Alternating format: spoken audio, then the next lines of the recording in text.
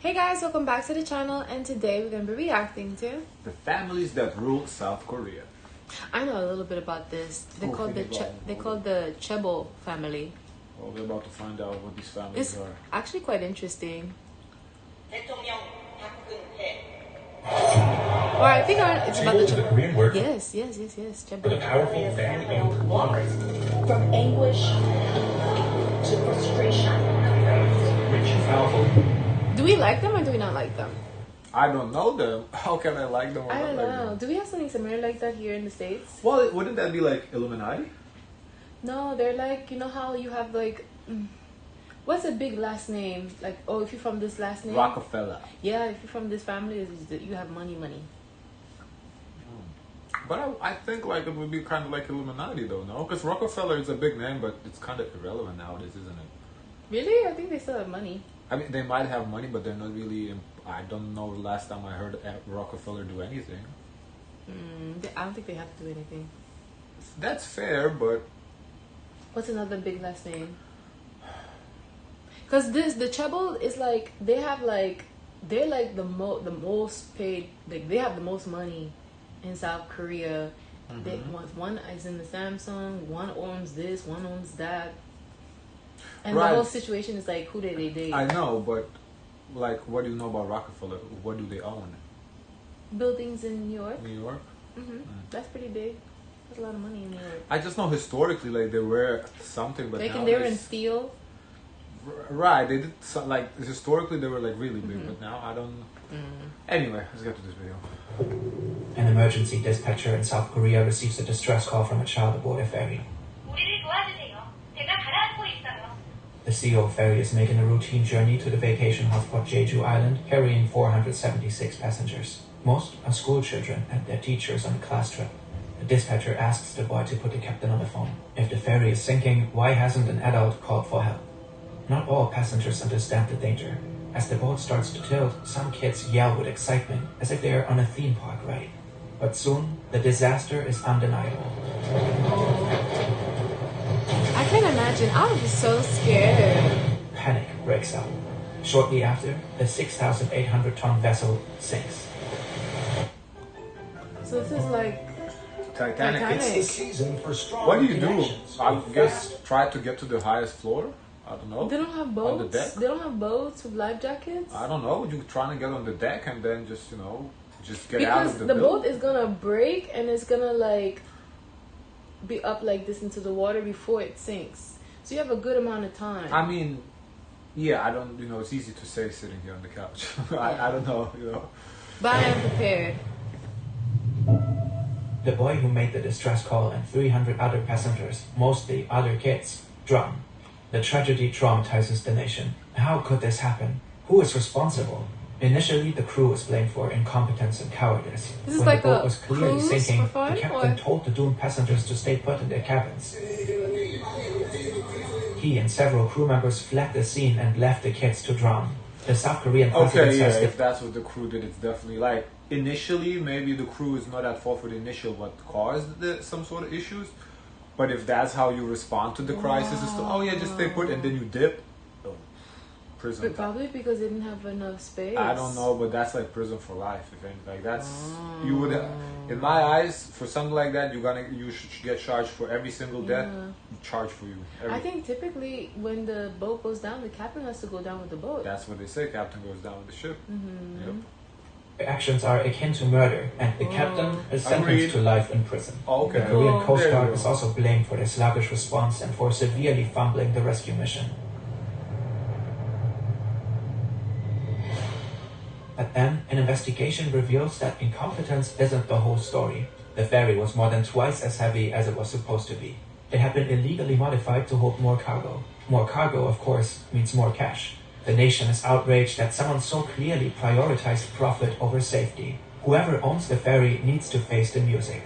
But sounds a lot like United States. In South Korea, corporate responsibility can be hard to pin down. Family-run conglomerates control sprawling networks of subsidiaries. Complex structures often hide who's really in charge. Some families control so much wealth they're deemed nearly untouchable. Time and again they dodge responsibilities for crimes, yet continue to amass wealth and influence. Yeah, very much how it is here in America. I don't really see much difference so far.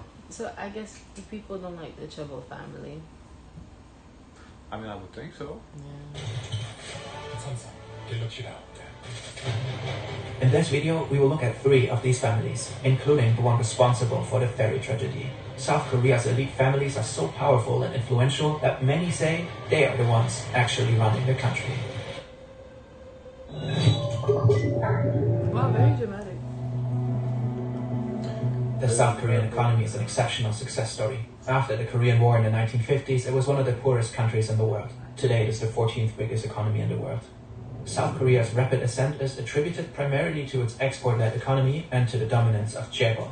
Chaebol are large business conglomerates that are owned and run by family dynasties. Just after the war, the country's military dictators jump-started these family businesses with capital to rebuild South Korea's key industries. The chaebol thrived and diversified into sectors like tech, finance, and manufacturing. In just a few decades, they helped transform South Korea into a global industrial powerhouse. It's often called the miracle on the Han River. South Korea's top companies, Samsung, SK, LG, and Hyundai, are all family-run chaebol, and chaebol revenues account for the majority of the country's wealth. Samsung alone is responsible for a significant part of the country's GDP. For 2024, Bloomberg Economics estimates a record-high contribution from the company. According to their calculations, Samsung will likely be responsible for about half of the country's economic growth. When we work on stories like this one, we found it really helps to visualize the data. Brilliant is an amazing tool. That's impressive. I didn't know that Samsung was from South Korea. I did. I did know. I know it's a huge brand. I did not know it was that much of GDP. Like South Korea is that much reliant on Samsung. Like half of the fucking country. Like I thought, Samsung, one company is like what, 1%, 2%. It's a big company. 50% one company. But can you imagine, even over here in the States, Samsung is a very good brand. No, it's a great brand. Samsung is a great brand. Ever since I was little, Samsung Samsung is a respected brand. Yeah, it's a quality brand. Yeah. I don't know who owns LG, but LG is them too. Wow. Yeah. LG, yeah. Used to better understand data and see the connections between number sets. Their data visualization course is an excellent way to learn how to analyze trends and make data-driven decisions, all through interactive hands-on lessons. Plus, you can learn at your own pace, right from your phone. Brilliant is a powerful platform for building what's actually as they ship with that leads to a lot in the South Korean economy. That was smooth. Yeah, that was smooth. All this concentrated wealth leads to a lot of concentrated power. Chaebol families enjoy a very cozy relationship with the federal government. They receive subsidies, tax incentives, and special favors. And political leaders rely on chaebol for support and advice. For decades, chaebol were widely celebrated as the pivotal drivers of South Korea's economic miracle. Yeah. But the 1997 Asian financial crisis challenged the standing of the families. 13 of the top 30 chaebol went technically bankrupt, revealing the risks of an economy relying so heavily on just a few companies. Nowadays, more and more South Koreans express concerns about the dominance of these conglomerates. Not only that, as the decades passed, the public watched chaebol repeatedly caught up in scandals and crimes, embezzlement, bribery, labor law violations, health crises. For too long, the government has gone easy on these dynasties, and the people. What this reminds me of? Amazon. Why? Because Amazon has a very deep relationship with the U.S. government in receiving subsidiary benefits from when it started its company to now that it has a big hand in a lot of markets where it's been questioned if it's a monopoly. And even now, recent times, you see Jeff Bezos, he wants to work with even future President Donald Trump in the future. Yeah, a lot of those. Facebook. Yeah, I was about Elon to say. Musk. It's not just Amazon, but I feel like whatever they're describing is it's here the same thing. I honestly don't see much difference. Are increasingly fed. Like maybe there's more companies here, not just 3. Like not 3 families. There's more companies. Yeah, they have. I've seen like more companies. Yeah, but it's essentially the same principle.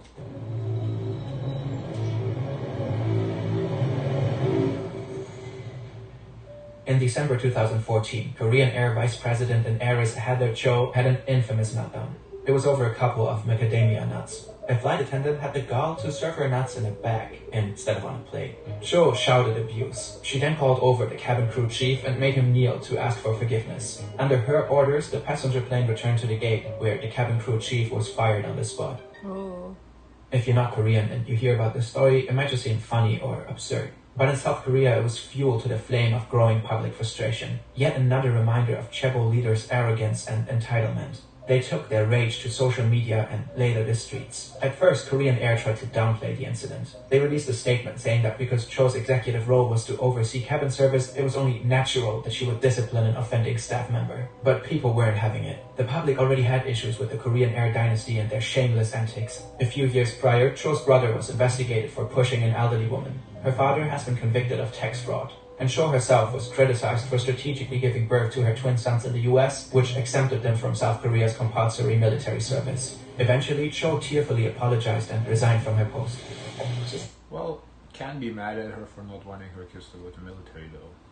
No, not wanting. Not wanting, yeah. So she gave birth so her kids don't have to go to that. So how do they know? Like they say that she purposely gave birth. That's what they're saying, yeah. I don't know. That's not something you can get mad at the mother about. I would, yeah. I couldn't get mad at somebody that they did that for their kid. How do they know? I guess she seems to travel a lot. From their perspective, it's like, oh, we have to serve, but your kid is special. I guess, but looking from a side, if I had the means and I had options, I would do the same. I would try to not have my kid go through that. She was then convicted of violating aviation safety and abusing her power. She faced up to 15 years in prison, but was given the minimum sentence of 12 months. She only served 5 of those before a judge reduced her sentence. But so they're not like that powerful then, because they still get prison time. Well, I thought they're untouchable. They were supposed to get 15 years. Yeah, but I thought they were like untouchable. Period. Like and then they say 12 months. You only did 5. That's pretty. Yeah, but that's come on. pretty neat. 15 years for birthing a kid abroad. No, there was other stuff too as well. Compiled too. Either way, though, they still like how I initially understood it. They like. So I wonder if her kids have to serve now. It seems like it. No or no? They're Americans. How can you going to force Americans? Americans have birthright citizenship. If they're born here, they're Americans. You cannot force Americans to serve there. The chaebol's influence runs deep, all throughout the government, even to the very top. Already in the 2012 South Korean presidential election, a key debate was on how to limit the power of these families. Park Geun-hye became South Korea's first female president. 2013년 2월 25일 대통령 박근혜. When she took office, many worried it would be business as usual. Her father was Park Chung-hee, the military leader who took power in the 1961 coup. He is considered the chief architect of the chaebol system, and Geun-hye became her father's stand-in first lady when she was 22 after a North Korean assassin had killed her mother. Park Chung-hee's admirers credit. Daughter became the first lady? I don't understand that. Go back.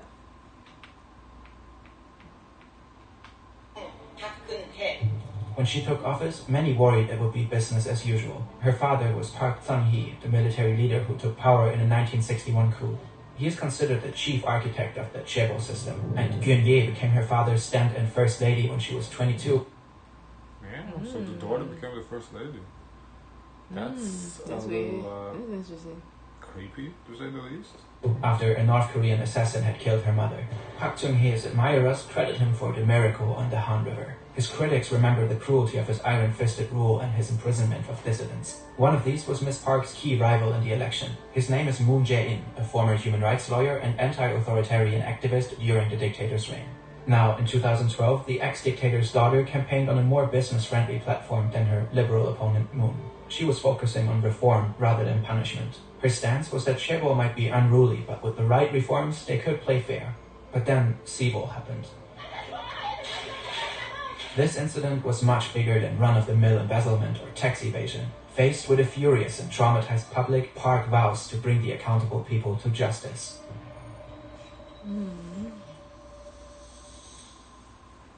After analyzing complex financial records, the Yu family is eventually found to own the ferry. The Yus are well known for their eccentric patriarch, a reclusive businessman / cult-like pastor / aspiring artist named Yu Byung-on. The president says he and his family are the root cause of this calamity and issues a warrant for their arrest. Yu Byung-on keeps a low profile and is rarely seen in public. He's known as the millionaire with no face. And now, he's nowhere to be found. Whoa. President Park kicks off the largest manhunt in South Korean history to find Yu. She mobilizes the military and nearly 10,000 police officers to raid the headquarters of the Evangelical Baptist Church of Korea, a religious sect that Yu co-founded in 1962. Yu as a charismatic and inspiring speaker. He was able to attract a substantial following and elicit substantial favors. By the 1970s, Yu's growing church became a money-making enterprise. He persuaded members to donate to or invest in companies linked with the church. Those companies sold a wide range of products, from organic milk to auto parts to anima kits. Wow. These companies made Yu and his church very rich. At that time, South Korea was still poor and money for investment was scarce. The government granted capital to only a select number of families. But Yu's approach of raising funds through evangelizing allowed him to rapidly grow his businesses even without governmental support. By the 1980s, his business network was considered a mini chaebol. But then, controversy hits. In 1987, 32 alleged members of Yu's church were found bound, gagged, and dead in the attic of a factory near Sewol. The authorities ruled the deaths as a murder-suicide pact linked to debts they couldn't pay. After the victims' financial records were probed, money was found going to Yu. He was investigated for suspicion that he was behind the alleged suicides, but the charges were dismissed due to... Well, they owe him money, I guess, and he killed them. But why you kill somebody when they owe you money? If you kill them, you definitely not getting money back. But maybe to scare others. You kill I one, think he needs the money. then to That's lack the of principle. evidence. Nevertheless, courts did find evidence that he was using church members' money and properties to enrich his businesses. In 1992, Yu was jailed for fraud. Once released from jail, Yu attempts to restore his image. He gets really into nature photography and starts exhibiting his work under the pseudonym Ahe. He pays top museums worldwide like the Louvre to display his pictures and tries to build a reputation as an art star who is rarely seen in public.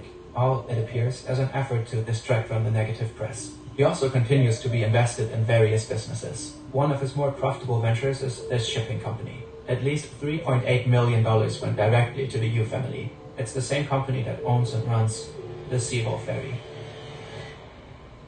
2 months after the ferry sank, Korean police raid Yu's compound. Hundreds of sect members are protesting the raid and attempt to build a blockade. A large banner reads, "We'll protect Yu Pyongyang even if 100,000 church members are all arrested." Helicopters swirl overhead. Some cult members threaten to fight the police. Others really brainwashed, huh? Wow. Okay. vow to die as martyrs. But after combing the massive compound, the cops leave empty-handed. They don't know it yet, but Yu is hiding in a secret closet 300 kilometers away in his holiday home. A few days after the raid, and 18 days after Yu was last spotted, a farmer finds a dead body face up in an orchard. It's in an advanced state of decomposition, almost skeletal. It's at first impossible to tell who it is. The corpse is wearing expensive Italian clothes and is surrounded by bottles of rice wine, a bottle of shark liver oil, and a book written by Yu. After a 3-day autopsy and over a month of investigation, authorities confirm that it is indeed Yu. A cause of death is never determined. More and more damning evidence keeps coming out about the government and the ferry. Auditors discovered that Coast Guard officials apparently turned a blind eye to the ferry's glaring safety problems after getting courted by Yu's shipping company over drinks at lavish dinners. Some admitted to letting the ferry pass through inspection points, only guessing from a distance whether the ferry was overloaded. A major factor in its excessive weight turned out to be a marble art gallery on board. Yu personally insisted on adding it to display his artwork on the ferry. One man's greed had sunk the Sewol ferry, and as more and more South Koreans were starting to believe, the government's negligence had let it happen. Do you think that was really his body? No, I don't think so. Me either. I think that's what's said, but he kind of just glanced over it and moved on. I don't know. I guess everyone's taking for a fact that's him, but I kind of don't buy it. I don't know. I don't buy it. Some Korean families, That's just too convenient. like Yu's, are wealthy enough to convince government employees to turn a blind eye to their misdeeds, like fudging ferry inspections. But the really powerful ones can command much more than that. And one family holds truly unmatched power, casting a shadow over all others.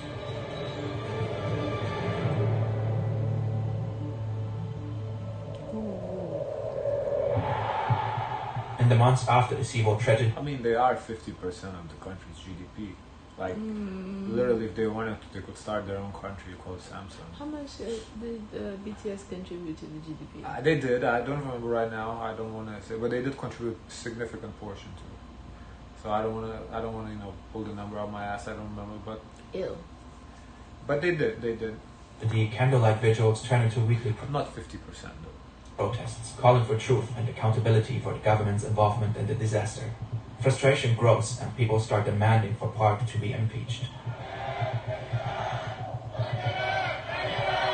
The government cracks down hard in response. Police use water cannons and pepper spray on thousands of protesters. Authorities illegally collect intelligence on mourning families in order to suppress anti-government protests. But anger and frustration continue to grow. And in 2016, another huge scandal erupts. It reveals that President Park is most certainly not the leader who will reign in chaebol power. In fact, she's especially cozy with South Korea's most powerful chaebol families. Illegally cozy.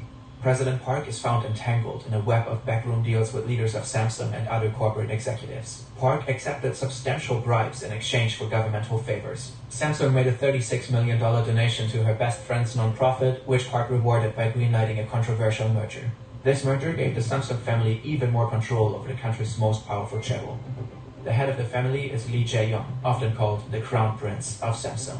The bribery scandal toppled Park's presidency. 피청구인 대통령 박근혜를 파면한다. I wish what he explained to us is how wealthy they are, because I don't understand the magnitude of his wealth. Yeah, me too. Because when they said with the ship, it's like $3.8 million or something. I'm like, I mean, it's a lot of money for us, but in terms like you're speaking people that rule a country, that's peanuts. So peanuts soon, I love it. Yeah. She was the first ever president of South Korea to be impeached. She was sentenced to 24 years in prison and fined $17 million. Wow. Lee Jae-yong was also arrested and sentenced to 2.5 years. Yeah, but I mean, these people do go to prison, so it's not like they just get away with everything. Like, I get it, maybe the argument can be made that sentences are not fair, but at least they get sentenced. I wonder what's the conditions of their prisons. I'm sure it's nice. Park is succeeded by Moon Jae-in. He promises not to pardon anyone convicted of corruption, but the influence of Samsung and Lee Jae-yong proved difficult to curb. Moon ends up pardoning him after just 1 year. The new president admits that those who condemn Lee's crimes are in the right, but that the nation needs him. The economy relies too heavily on Samsung to have its leader. Well, at least he had said the truth. He said we need him. He's a piece of shit, but he's our piece of shit. They're in jail. With so much power, Lee Jae-yong is effectively above the law. And in some ways, this pardon was just business as usual. Lee's father had also been convicted of bribery and fraud in the 90s, but hadn't served a day of his sentence. A 2022 poll reported 70% of the public approving the decision. Experts say it's because people fear an economic downturn. They believe if Samsung does well, South Korea does well. Lee continues... I mean, to be fair, that is 50% of the GDP, like... Yeah, it's significant. The problem was allowing Samsung to take 50% of it. That you should have never allowed that to happen. But now that it is, you got to start building up other companies to give some diversification away from Samsung. Bring Samsung down to 20%. I don't know, because 50%. Like, I mean, it's in between a rock and a hard place. I get it. Like, what would you rather have? Like, they enjoyed all this money that comes in, and now you have to maintain this lifestyle. Yeah, you kind of like. I mean, it's tough. Like, because without this, you're headed towards poverty. With this, I mean, yeah, he's a scumbag. Some people may die, but at least a lot of people are going to be better off. So it's tough. To occupy a top position at Samsung, now as CEO of Samsung Electronics. He's also the country's richest person. Already before, President Moon unexpectedly pardoned the former President Park after she served 5 years of her sentence. The reason he gave was to promote the people's unity. The dictator's daughter and the crown prince of Samsung both walk free. And while many everyday South Koreans express frustration with corruption, chaebol still hold considerable appeal. They're by far the most desirable places to work. Top chaebol offer much higher wages than regular companies. Every year, over 200,000 South Koreans scramble to apply for Samsung. As long as South Korea's wealthiest are really nice. I mean, at least they treat the people right, seems like it. You can't say that about every company. I was, Stephanie Su, she was saying on one of the case studies that these employees had to make a decision whether or not they will take a cut in their regular pay and how much in that cut they will take. So once they agree, after in that party, the CEO, the boss said, okay, depending how much you cut is how much more you're going to get in bonuses. So I'm going to triple it, 10 times it. So it's just the way that they create loyalty It's so fascinating because now you plan, okay, in the future I'm gonna cut even more, so my bonuses can like be 10 times. And then he says, oh yeah, okay, so we cut that much. Yeah. Elites control so much of the country's economy. The question remains if real reform is even possible. In my opinion, the real reform is diversifying away from Samsung, build up other companies, other industries. I don't know, because then somebody owns 50% of the country. It's just. Can you see how much money the Samsung CEO is valued? His name Because first. I want to understand how rich is he. For me to understand someone is rich, I need to see that number. Because, like, for example, like a star can have 60 million. I need to see $1 billion But on them. the CEO is Han Jong-hee though. I need to see they're on the billions club. What did I say? He about was billions? Lee, right? Wasn't his name Mhm. Lee Jae-yong. How much money he has? I need to know. I'm curious. 7.9 billion. Billion? Yeah. 7.9 billion? Yeah. That's a lot of money. Another list says 11.5. So they don't know how much money?